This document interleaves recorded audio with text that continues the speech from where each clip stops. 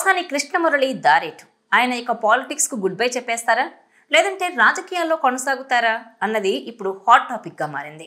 అయితే వైసీపీ నేతలు మాత్రం ఆయన తమ పార్టీలోనే కొనసాగుతారని చెప్తుండగా కొంతమంది పరిశీలకులు మాత్రం పోసాని ఇక రాజకీయాలకు దూరంగా ఉంటారని అభిప్రాయపడుతున్నారు. ఎందుకంటే కూటమి ప్రభుత్వం ఏర్పడిన తర్వాత కేసుల భయంతో ఆయనే స్వయంగా తాను ఇక రాజకీయాలకు దూరంగా ఉంటానని ప్రకటించారు. అయినా సరే గత ప్రభుత్వ హయాంలో ఆయన చేసిన అభ్యంతరకర వ్యాఖ్యల నేపథ్యంలో ఆయన్ను కేసులు చుట్టుముట్టాయి. జైళ్లు, పోలీస్ స్టేషన్ల చుట్టూ తిరగాల్సి వచ్చింది. ఎట్టకేలకు బెయిల్ రావడంతో పోసాని ఊపిరి పీల్చుకున్నారు.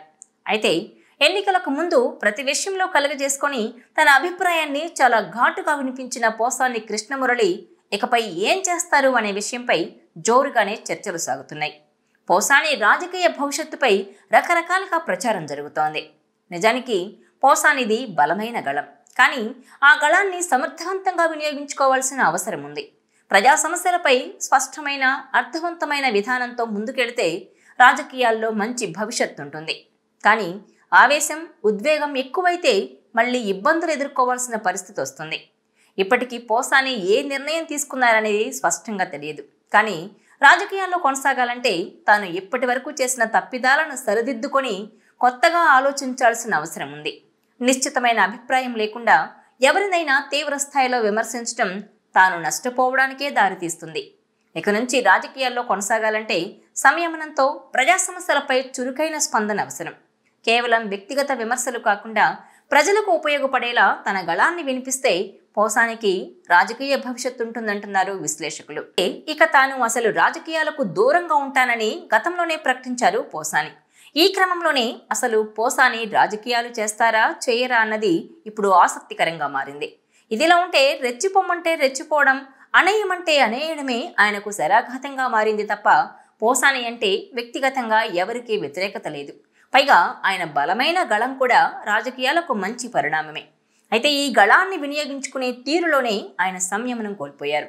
ఇష్టానుసారం మాట్లాడి చిక్కులు కొని తెచ్చుకున్నారు.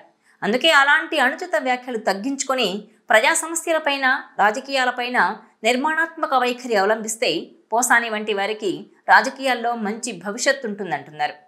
అయితే అందుకు కావాల్సింది ఆలోచన తప్ప ఆవేశం కాదన్న వాస్తవాన్ని ఆయన గ్రహించాలంటున్నారు. ఇక చంద్రబాబు, పవన్ కళ్యాణ్లపై ఆయన చేసిన అనుచిత వ్యాఖ్యల కేసులో పోసానికి ఇటీవల బెయిల్ రావడంతో ఆయన విడుదలయ్యారు. అయితే జైలు నుంచి విడుదలైన తర్వాత అక్కడ వైసీపీ నేత అంబటి రాంబాబును చూసి పోసాని తీవ్ర భావోద్వేగానికి గురయ్యారట. అయితే అంబటి ఆయన్ను ఓదార్చి ధైర్యం చెప్పారు. ఇదిలా ఉంటే పోసానికి బెయిల్ ఇచ్చిన కోర్టు కొన్ని షరతులు కూడా విధించింది.